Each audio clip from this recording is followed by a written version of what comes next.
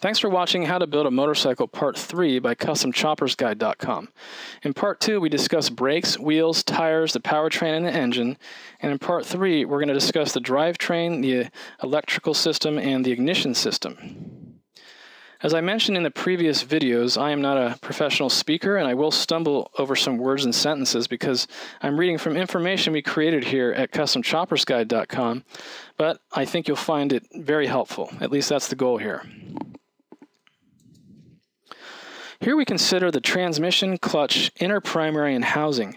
As with almost everything we have discussed in these videos, the trick is to match appropriately all these components so they work together. This can be made much simpler by some forethought and a discussion with the supplier or manufacturer when you know what you want. Here, I'll try and give the outline options. Transmissions come in 4, 5, and 6 speeds, and there are some that switch the final drive over to the right-hand side of the bike to counter the increasingly large transmission offsets that wide tires can demand. The 4-speed transmission is the oldest of the bunch and is therefore often used by builders using older or early style engines. Almost every frame can, in theory, take any of these 4 or 5-speed transmissions, though in some cases you will need an adapter to make this possible. These are on the market and usually are specially designed modified transmission mounting plates or modified transmission cases that allow a 5-speed transmission box to fit onto a frame designed for a 4-speed. The other thing to bear in mind is that in 1994, Harley-Davidson moved to using high-contact gears, HCR, in an effort to improve strength and noise. The HCR gears can't be mixed and matched with non-HCR. The primary can be determined once you know the engine-transmission combination. The primary consists of the inner and outer covers, the sprockets, the clutch, the chain, and a starter motor that fits. Whole kits are available for this if you have a standard combination of newer engines. Otherwise, you need to match components by using the year and machine that they were designed for as a guide. For example, Softail's 1989 to 1993, and discussing your choices. Another thing to watch out for is older clutches that weren't really designed for big engines and can't cope well with the job. These can be upgraded to heavy-duty clutches made of Kevlar, for example, at the time of building. There are also various levels of outer housing, from leaving the workings exposed to partially covering to complete encasing in shiny metal. Finally, if you want to use an electronic speedometer, then the transmission is where it goes. Newer transmissions from roughly 1994 onwards will have a hole on the transmission to accept the sensor. If you don't want an electronic speedometer or you're running an older transmission, you need to choose a drive unit that matches your front wheel and fork setup and in turn match that with the speedometer. As always, talk to the supplier about it. The electrical system. Some people who are perfectly happy with the metalworking parts of the bike get nervous at the electrics, though they are really fairly straightforward in theory. If you don't know what you're doing, you may want some professional help. We'll look at the theory and the practice here. I'm going to use the Harley WLA motorcycle as an example because it's a legendary bike and I think it's cool. The system is made up of the starting system, the charging system, the ignition system, a circuit breaker, and the electrically operated accessories. The starting system is what works when the start switch is first flicked and consists of a battery start switch, solenoid, and the starting motor. The charging system recharges the battery when the machine is running and is simply the alternator and a voltage regulator. The ignition system is obviously the ignition switch and ignition coil, the kill switch, the electronic control unit, and the spark plugs themselves. Finally, all the other electrically operated accessories are connected into the system, such as the lights, horn, turn signals, and various warning lights. Aside from the components themselves, you'll need to fasten them together with wire, which will involve choosing the right wire, a bit of soldering, and some crimping. Wire is measured by gauge, 0, 2, 4, etc., with the larger numbers being the smallest diameter wire. The largest size of wire, 0000 gauge, has a diameter of about 12 millimeters, and the measurement of each gauge is arrived at by multiplying this diameter by 0.890522 to get the next gauge of diameter. It's thought that the gauges came about in the 18th century as a way of describing the number of times a copper rod had to be drawn to make a given wire. So 0 gauge would have been the original rod of copper, 1 gauge would have been drawn once, 2 gauge twice, and so on. When choosing wire, it helps to remember that the resistance is inversely proportional to the current by physical law. Put more simply, at the same voltage, which is the situation on a bike using a battery, we need to decrease resistance to increase current. This is why we use fatter wire for higher amperage applications. There is less resistance to the free flow of electrons, and why when the distance of the wire run increases, we choose thicker diameter wire than we had chosen for short runs of the same current. Heavier wire, like 4-gauge, would be used for heavy-duty applications on a bike, like the big cables to the battery, and smaller sizes, say 22-gauge, is used for the finer applications, like indicator lights. How the relationship works is shown in this table. There are a couple of key quality indicators for wire. First of all, the higher the numbers of individual strands of metal that makes up the wire, the better quality the wire. So always go for higher number of strands.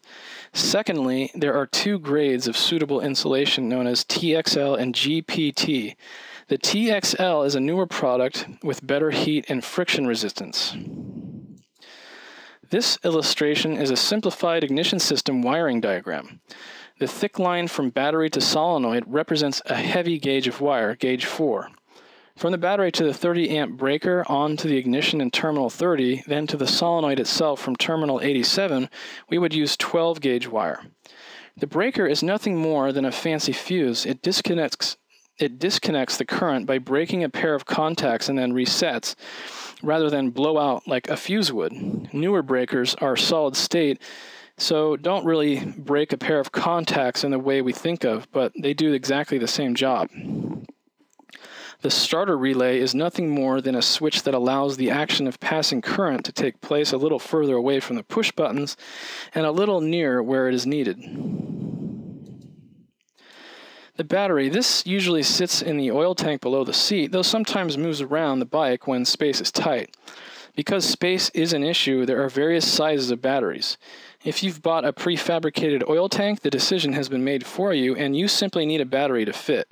The two figures a battery carries are cold cranking amps and amp-hour rating. The first is how much power the battery generates when cold and being called upon to deliver 7.2 volts for 30 seconds. Bigger ratings mean more power, and underpowered batteries may lead to starting problems with big engines. The second measure is an amount of time that the battery will provide a given power and voltage. Because the battery provides the electricity, stores the electricity, and stabilizes the voltage provided by the alternator, it is important to have a good battery and keep it maintained. This includes charging it with a smart charger that alters the charge it delivers as the battery becomes fully charged, and keeping the battery clean, since dirt can conduct electricity between the poles of the battery and speed up discharge. Remember that when connecting the battery, the earth needs to be in contact with unpainted metal, since paint insulates to some extent. As I mentioned, the starter needs to be matched with the primary. They are rated in kilowatts, and with your engine and primary in mind, you will be able to get good advice. The alternator sits within the primary and, like all alternators, takes some of the vehicle's motion to generate electricity. This is done by moving magnets and coils of wires. The circular alternator we use in a bike has unmoving coils of wire around, which a bank of magnets whirl to make electricity that is then fed via a regulator. Once the battery is charged and all the electrics are being powered, spare electricity is just wasted, so there's no benefit in generating lots of electricity. Depending on what kind of electrics you have, an alternator and matching regulator rated at 32 amps should be plenty. Like so many other parts, these bits can be bought in a kit. To continue the kit theme, it's easy to buy the electrical wiring as a complete harness, color-coded with or without terminals, and with or without switches, displays, bulbs, etc.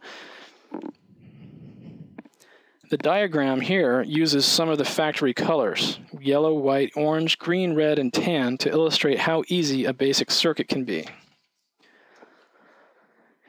When you buy additional switches, remember that you need something that is rated for the job, measured in amps in this case, just like the wire and all the other components. Take care over all the connections you need to make. Soldering and shrink wrapping two wires that need to be joined results in a solid, secure wire, and a way snapping them together with quick connectors doesn't. There seems little point in saving time here, given how much time you put into the whole build.